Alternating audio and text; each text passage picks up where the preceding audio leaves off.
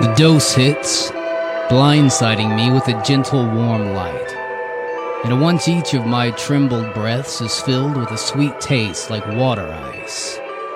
I will float over every ache and smooth over every edge until I indulge to the deliberate, ponderous, red-shifted joy of living.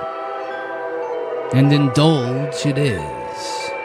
Even though after this I will wake up thirstier than I'd ever felt. Even after that time, an additional convenience fee from my landlord meant that taking double shifts became my new norm. I remembered that colony well. Its shoddy, half-functional forced gravity system had plenty of little convenience fees. But that place was a distant memory now that I'd been enlisted. Many of my dreams the night after the first dose are of the home-sized rock. A rock I'd seen as a child on hikes of a planet I'm sure I loved. The rock edges slightly further, leaving an imprint on the cracked bed. When it's reached the mountain on the other side, a great distance for a weary traveler such as a rock, I know somewhere deep down inside it will be the signal of my end. And for now, that seems too far away. I traded enough dotras of neutral to tide me over for a great time. We know we are on the losing side of the war.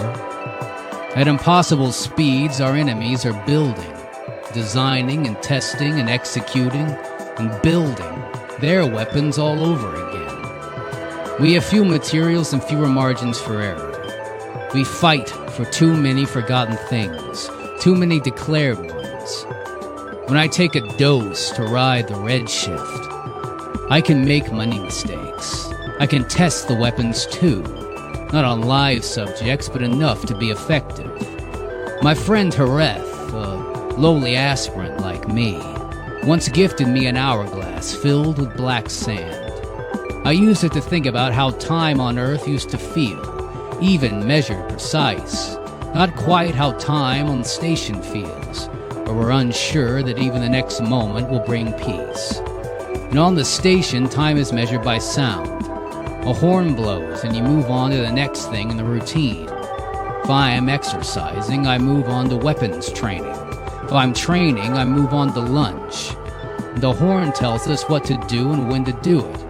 But we have no idea what time it actually is, and have no recourse but to trust the blare unconditionally. When the horn blares 3 times, it's time to collapse to sleep.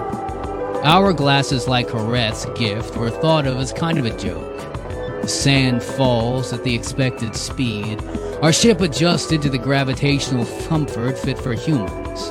But out here in the vastness of relativity, how could you measure the exactness of time with sand, the material planets? We can only use sand to keep our dreams, our hopes for victory. We reconcile when our ship shifts in and out of the space-time in galaxy we inhabit. Doses are from the drug I call neutral, because that's the name of the planet I'd found it on. I don't know it by any other name.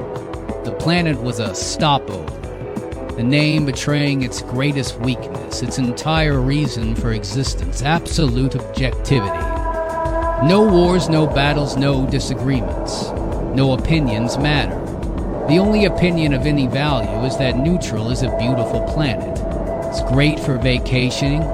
Thinking is only mildly necessary. The whole point of neutral was to please.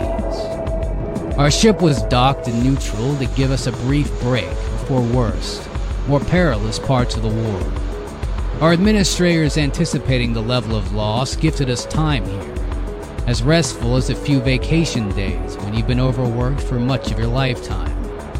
I hadn't been searching, but it found me. The planet Neutral was known for random stuff. It scours the galaxy for the best, the fractum of obscure of the universe. From ancient astroglobes to presses of flowers from near-extinct plants. Lieutenant Commander Alec huffed, his white pepper eyebrows contrasting his face, like I used to remember Earth nights, dark with hairlines of light. And he spoke. Having to convince the rest of the universe humans aren't really that bad.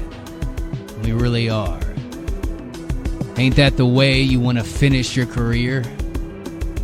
I stared. My lieutenant commander had broken 3 rules in one admission. He'd revealed his species. He'd used a dialect, one we both shared. And while he hadn't said the word W, war, the C word, career, was a close second. No one speaks of careers anymore except in the context of war. If you were capable of smiling, and I only caught him once, this was the second time I'd seen his lips stretch in that direction. A swarm of drones should have appeared as they do when someone violates the neutral zone tolerance policy. But of course they didn't. And Elsie Alec either never caught the stupid mistakes or he was lucky enough to never get caught. I blurted, "Hey, do you know where I can find some water ice?" This desert for my ancestors was notoriously available on neutral in all its forms. Elsie Alec laughed and waved, a dismissive hand, his voice finding its standardized dull. "Yeah, up there, last stop."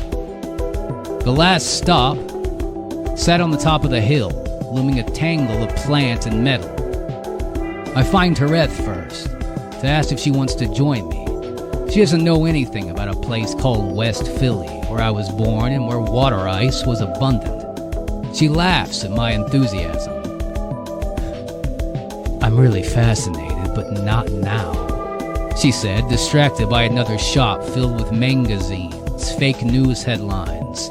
I didn't want her led to her dead end, so I headed up alone. "None of that here!" a frantic shopkeeper sputtered, waving stubby shell-like arms in the air. "All I sell are the wares that shift your mind from siphons to forms." Honestly, that's what real water ice does to me. Space, water ice, manufactured to mimic the real thing, is a special brand of loathsome chalkiness, devoid of inspiration, made as though it was speculated in a plant near a plant that only imagined the existence of such a fruit. Real water ice, the kind I had on Earth, reminded me of days splashing on the water pads of parks in the city, humid but bearable, gleeful, sugared with flavor, fractaling on my mouth with a burst of senses I've forgotten about as war steals all joy. Just as I turned to leave, the shopkeeper added, "You ever want to have more time? For hobbies, perhaps. I've been advertising a special on this one." He lifted up a little red bloom in my direction. For the first time, I laid my eyes on my becoming. I'd taken my first dose of neutral on the planet Neutral. And this planet's 3 axioms must be accepted before entering. We are impartial, we are unbiased, we are unprejudiced. I'm fairly sure our enemies are on neutral, since all are welcome. But since we all could walk around freely, even species considered hostile to the galaxy, I have to accept the lie of objectivity and keep moving forward. I don't know my enemies outside or their war suits, but I try not to wonder about this as I wander around. It was useful to enter a space where my species did not register as a threat. We could descend and enjoy the beaches, cultivated so that all attendees could find pleasure, relax in the winds of the ocean and movements of our species. No one knew what I was, and I didn't want to know anyway. Hey, I could even share a drink with my enemy on planet Neutral, and he wouldn't know it, and they wouldn't know either. Here we were. Not enemies, we were just here. And my first dose of neutral was both exhilarating and slightly unpleasant. I felt an incredible joy that I had felt in small moments of my life, as well as a sickness, recognizing how happy I could be and could have been all along. The rise within me was like sucking in fresh air on a planet when you've been breathing the stale manufactured air on a ship. Especially if that first breath is nearly glimmering, filled with tide, salt, and reflected light. You'll get used to the waves, the shopkeeper told me after a moment. 20 suns had passed in my mind before she spoke, but I knew that my physical body had not left the shop the entire time. She held up a booklet with the brown stained corners. If you buy at least 60, you get the guide for free.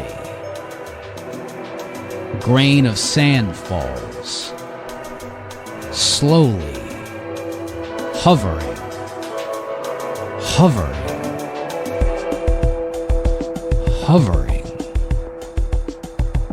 plunk. The booklet tells me the right amount to take and build toward my biology. Tells me how to move, shifting as my body would. Helps me understand that I cannot interact with anything biological, but I can manipulate non-biological elements. In a neutral dose, a single hand gesture moves too slowly for anyone to be offended. I can't interact with anyone on my exact wavelength, and I can't stop time, but I can explore it. It flows through despite my wavelength. The time in me and the time outside run different. Once I get over the sickness of being here, the world in neutral is more beautiful than living. I can see movement in its tiniest discourse. Small, subtle movements force me to look closely. Every breath takes what feels like half a day. A neutral user takes nothing for granted. Hareth understands, nodding slowly. She leans in. I can tell she's asking for clarification. She is human. She may well be an alien. As a child, I grew up covering up my hair and face in summers drenched in brick and stone city heat. She apparently spent her childhood hair wild in the gale, some kind of island country where both ice and abundant green thrive. She grew up waking and falling asleep under starry absolutes, and I knew the comfort of a stalwart sun. When we were back on the ship after our brief stay on neutral, we're finally feeling back to ourselves. Neutral is a good relief, but it destabilizes the whole crew from our routine. Give them a toothbrush, and the humans will figure out how to make a tool out of it, I continued. And the chart for the next weapon we're supposed to design are impossible. The energy and material usage limits are paltry, because we have nothing but are stuck in the in-between of making it happen, or death, which would allow other humans to become victorious colonizers once more. Hareth's sudden wisdom frames her face like the sunlight behind a cloud when she says, "Toothbrushes have never been the original tools. They can be used. They do not have to be relegated to the status of tools. We could be beyond them, found outside their house completely." I haven't told Hareth about discovering neutral yet, but her words are strange. I deliberate. She might think I'm weak, unable to deal with the pressures of this ship. Three horns blare. I link an arm with hers. She doesn't laugh at my jokes. Instead, her mouth stays open. Takes her so much longer than the quick-witted retorts I'm used to, so I stare at her mouth patiently until she blurts, "That's why we fight this war." Her innocence is sometimes annoying. Not all humans. What a boring rebuttal. I cut Hareth off, even though I know she has more to say. Instead, we sent the humans, we did, and now they think we're all in this together. Winning this war will be our corrective. I'm in this world, but I'm not experiencing it. Anything. It's bright and beautiful, verdant, within reach, but so devastatingly far. I try to remember why I joined the war against my inclination. I can no longer picture Steph in my mind or hear her voice, but I can still see his mirage and Redshift. I can remember him most. His silly, abundant laughter, his curious obsession over small things. We were children, and we were children at war. War, an abstraction, a game, till I was shoved abruptly into a non-childhood, into whatever this was. It was not adulthood where you could simply be responsible, obey the regularity of the slicing of time, its predictability, regularity, a mundane ticking, the feigning sound of equal slices. In this in-between, I could still decide what was abstract, and what I decided to give myself as real. Red shifting in neutral is an ocean wave. It forces the time of life into a different rhythm, making time both predictable, like a riding wave you expected, and surprising, like the surge of an ocean that knew more than you. Instead of pretending I fully remember the moment Steph conscripted, Redshift not only allows it, it demands a full, immersive, slow contending with everything our minds are allowed to run away from in the sludge of the everyday. I could sit with the moment Steph died, and remember the way he ought to be remembered, laughing, bright, loving any bit of light life gave him. One horn blares. We move from lunch to the weapons research lab. Progress? It's Lieutenant Commander Alec. Sneer of the rest of the aspirant weapon inventions. I wouldn't fare well, I suppose. As aspirants, unofficial, we were hopeful to rise in the ranks, to prove ourselves in a war where disposable bodies were so utilized on the front lines that given this lowest rank, we would accept almost anything. And when LC Alec inspects my weapon, his sneer briefly turns into somewhat of a thin hairline frown. He picks up my weapons and asks the questions we'd all been desperately hoping to hear. Mods? Yeah, a third of the required material, half the energy. He steps further. Demonstration. I suck in my breath. None of us aspirants in our cohort have gotten this far yet. I turned and pointed it to the android who was supposed to mimic human response. My weapon aimed, fired. Brilliant shot. I knew it would be. The android crumbled as a human would, shuddering. The data displayed itself exactly as I'd said. We needed about half the energy most of our weapons required to execute, and the smallness of the weapon spoke for itself. LC Alec's face did not waver. This must have taken you a lot of time to perfect, aspirant. Well, I am obsessed with progress. He hands it back to me and tells me the word we long to hear. Prototype 1. My prototype was named. Prototype 1 is not enough. 1/6 of the required material, 1/3 of the energy. I can do it, Lieutenant Commander. And he lays the weapon down in front of me, my prototype 1. Finally, you have until 3 horn blows. You hear me? None of the other aspirants, not even Hareth, are looking at me. They think I've done the impossible. Some I know think I'm some kind of genius. Well, I'm nothing of the kind. I only have time. And the horn blares on to the next. A bite of neutral, so I'm off. Off to do the impossible. I would never call neutral boring, but it is beginning to be more than familiar. I start tinkering with weapons for the next mission, only able to interact with the material. When that gets repetitive, I turn to dance. The wavelengths let me. It's not exactly redshifting the way the physics disciplinarians understand it. There's still sound and jawns. I think of it as such because I shift slowly dancing on wavelengths. I don't physically go anywhere, but I appear to shift away. My whole body emitting both light and sound that others cannot see. I stretch, I disappear, I'm still there. For a moment, from the vantage of others, they see me in a slice of time. In Redshift, I do not. I cannot interact with them. Another grain of sand falls.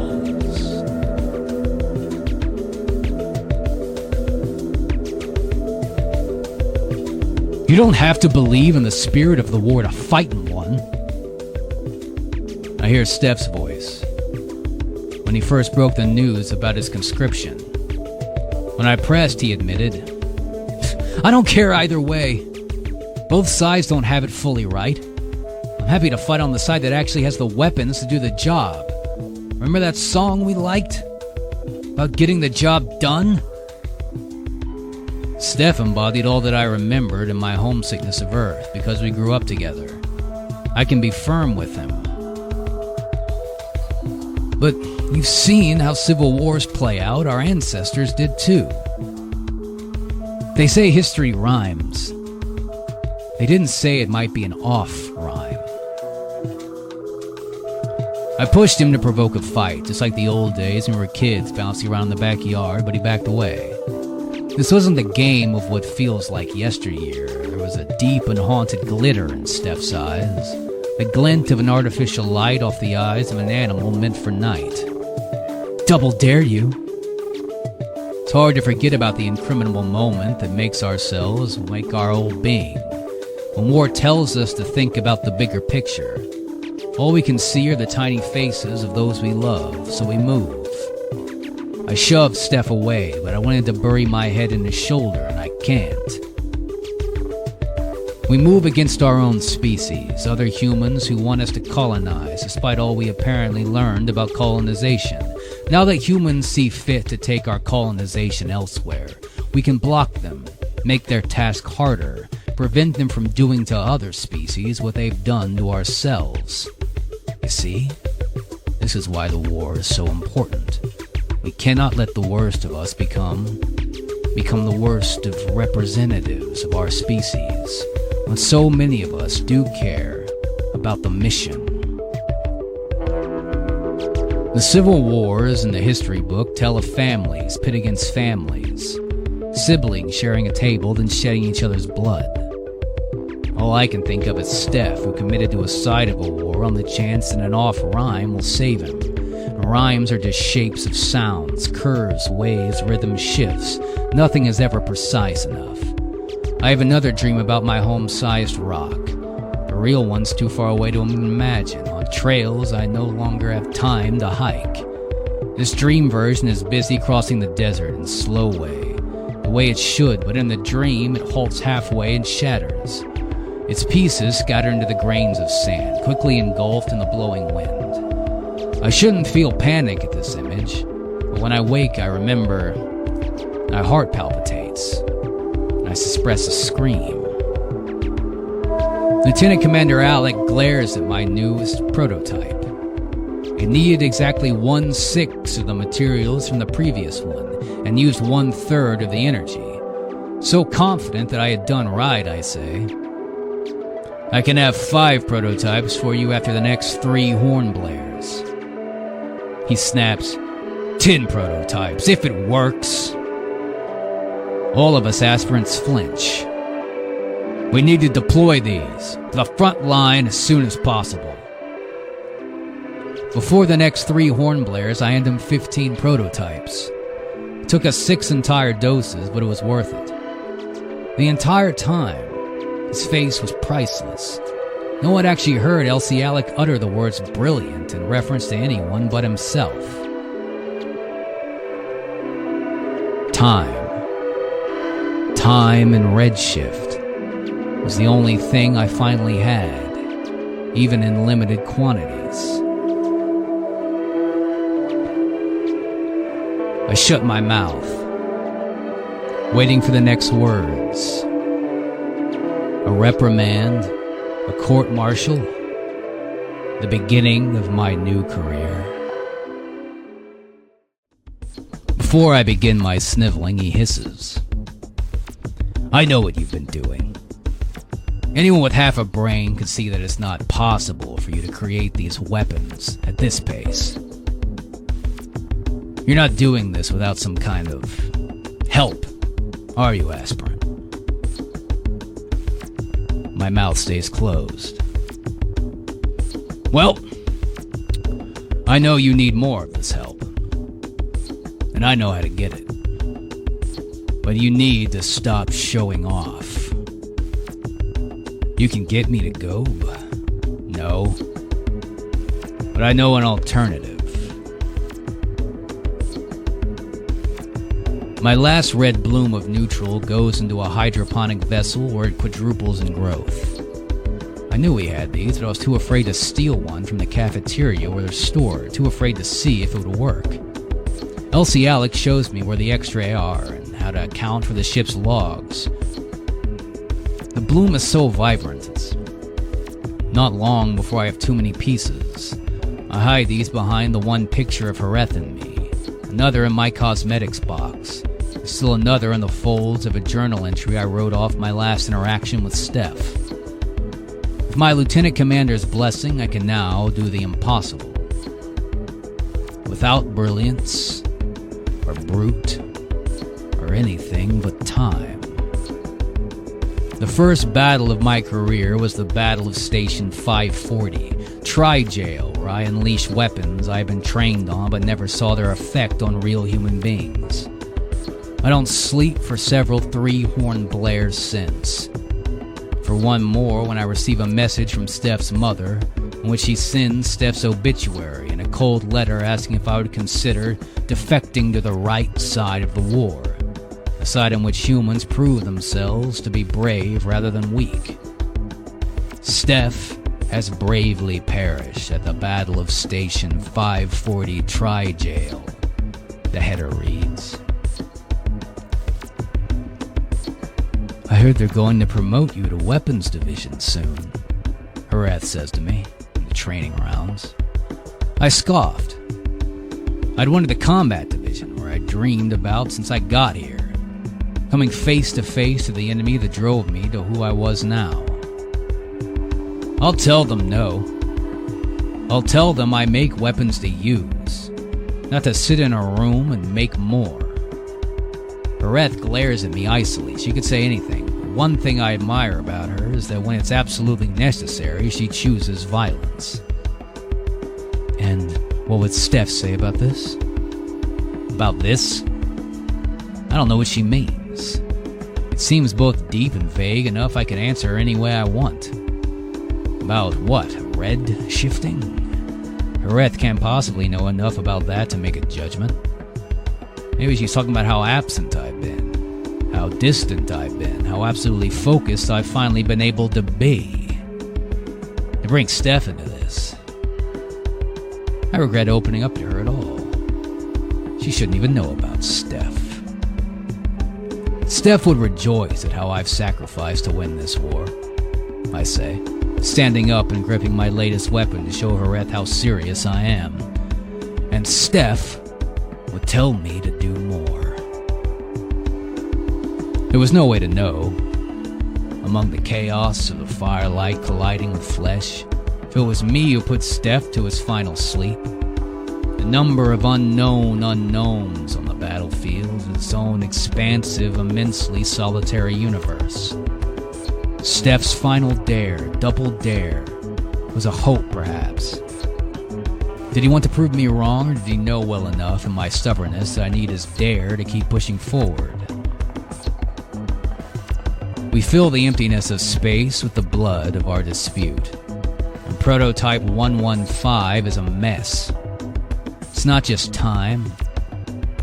It was as though neutral stopped working like it's supposed to. A cracked hourglass with sand spilling out every once in a while. Anomalies that make me jolt forward or freeze completely.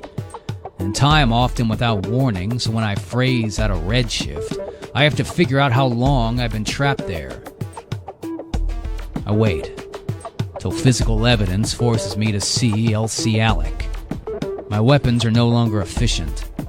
They're but heaps of junk when I analyze them after a good sleep after working a shift in neutral. Alec. The Redshift stopped working. Oh, really? Are we revisiting introductory astrophysics? I breathe in sharply, trying not to be annoyed at how I'm being treated. Redshifting isn't the right word, I know. It just describes how it feels. Stretching time out.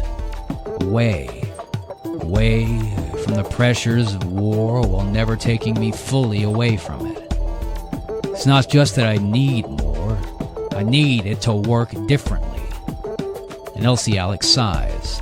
Somehow he knows exactly what I mean by it. It doesn't need to be named. How have you been taking it? The booklet had told me how to ingest it. I don't know any other way. Apparently, Elsie Alex instructs, there is a way to set it so I could breathe it. Another way to insert it directly into my bloodstream. I chose breathing. An injection of the blood felt like too much. And Elsie Alex showed me the breathing routine so I could finally return to my work. My work is brilliant. My work is terrible. I'm stuck. I have been in this Redshift for much longer than I've ever been. Everything is frozen. Has been for what feels like too many shifts of what should be horn blares, which I've missed for quite a while. The booklet and Elsie Alex are no longer in any help. On my own, I begin to experiment. If I can mix neutral means of dosing, which sometimes extends and sometimes blunts the effects, the help is limited. I missed the first blinding dose that eased me so beautifully into a world where I finally had time to win the war. A blue star, a sea of black, stares at me when I wake. It's not a star. It's Hereth's eyes. I curse both her and the lieutenant commander. He told me what you're doing. You need to stop, Hereth says. My response is to vomit myself out like a cloud she's hailstoned. Elsie Alex is in the corner. I catch sight of him. He does not budge. I know he's still waiting for the next prototype. Perhaps he thinks bringing Hereth into this will inspire me. It will not. When I redshift, I'm pulling closer, pulling objects I would rather move apart, pulling so we are intimate, connected, intertwined. I see Elsie Alex again. Hereth is gone. I feel like she left my room only moments before, but I don't know anymore. Before I have a chance to respond, he says, "Stop taking it. That's an order." I laugh coarsely. I never felt more empowered. You order me, that's all you can do. You don't know what to do with someone like me. Who are you going to be after the war, Lieutenant Commander? Or are orders all you know? Before he responds, I turn away and pinch a few fractals of neutral into my pocket, and I put it under my tongue just for the fun of it. When I turn back, I smile. He blinks, he flinches, he realizes what I've done. First, he seems to rise in anger, and I wonder briefly if he'll strike me. I will be alive, and if you keep taking those, you will be dust. You were supposed to be a prodigy. Haven't you figured it out yet, aspirant? This isn't a child's game. This is a war. No. A child's game is what Steph and I thought we were playing before we'd realized our roles were very, very real. I think I know a thing or two about that, Lieutenant Commander. Why are you failing the mission I sent you on? Suddenly, I feel I'm hovering in Redshift without having taken another dose. I'm certain I haven't, because I can see us both move, and even though we're perfectly still, the sweat drips easily from Alex's silver eyebrows. I'm not moving, but my mind is racing, retracing every step up until the moment I touch neutral for the very first time. You sent me to the shop on neutral knowing what I would find. For once, Elsie Alex has no retort. I take another dose just to show him who's in control, but accidentally thrust myself 3 horn blares forward into the timeline. I blink. He's no longer there. Next to me is a jump rope The sand in the hourglass Zareth gifted me hasn't budged. I don't know how long I'll be here.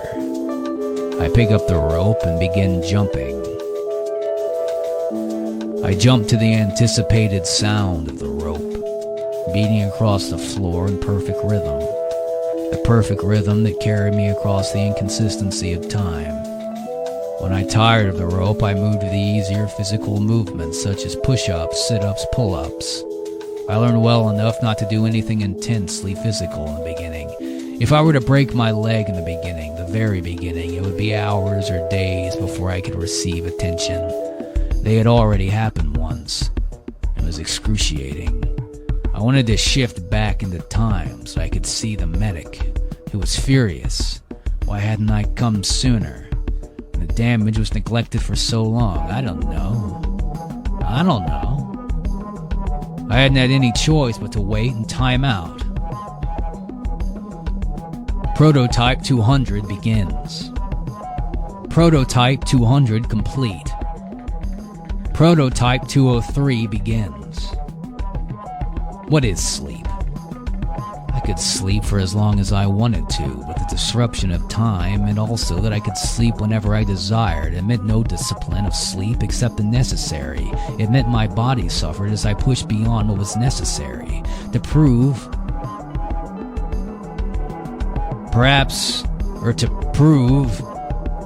Alec wrong. 43. 19. Prototype 3.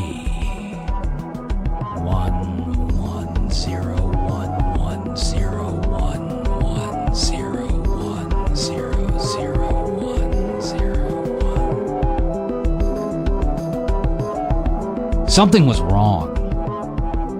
This hadn't happened before. Everything was confused. Everyone was sliced in uneven shifts. I shouldn't be able to see my hand. Only a hand in midair. Hard to tell because there were bodies, parts of bodies, scattered around my retina, and I, who could not interact with any of them, could only discern silvers of humanness in the air around me. I wanted to drop out of the time shift. I was clawing at the air, trying to find a way back, worried I'd never return. After hours of this, I never had to give up. Time would come, wouldn't it? A blaze of violet. My skin was on fire. Tap, tap, tap. Tap. Tap. Something was wrong. I stared at the hand suspended in front of me. Whose was it? No way to tell for sure because the body wasn't with it. Come to think of it, there were no whole bodies in my surroundings at all except my own. It brought a special kind of loneliness, an endless void framed by the walls. Reflections from a room because I could see the stars and they were intact. The bodies, the unmoving, dispersed partial bodies were unnerving. I would train and drop and train and drop. Ritual toward the stars and train and violet and violet and violet and violet and violet. Something was wrong. The hand, the bodies, or lack thereof. Violet. Endless. Violetless. Blue.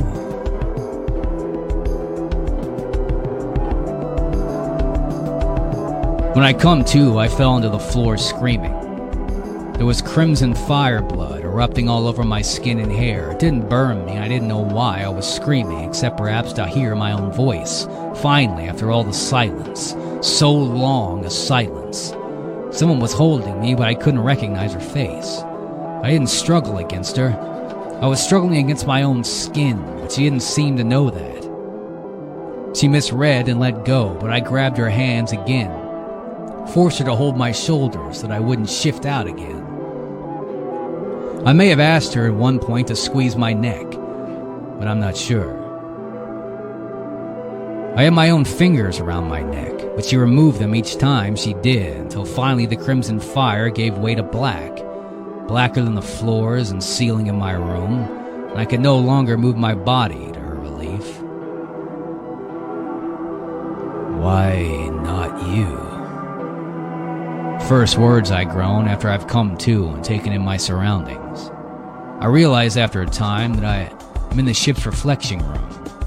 Most use this room for prayer, some to finish the war started.